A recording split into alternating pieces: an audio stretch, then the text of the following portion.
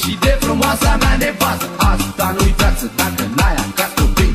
Alegi toată viața și n-ai cui să-i faci bucurii.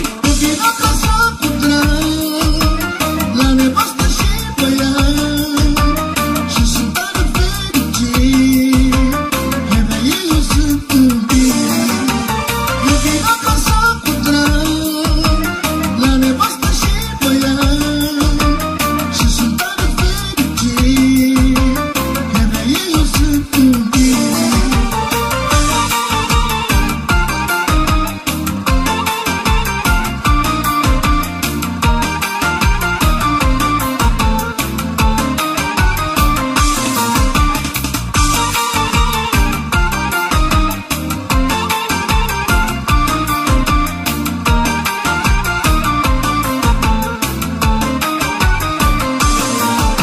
Eu plec mereu din țară ca să produc mulți bani, să am de toate în casă, să nu râd ai mei dușmani. Eu îmi iubesc nevasta și pe ai mei copii, și când mă întorc acasă te fac toate bucurii.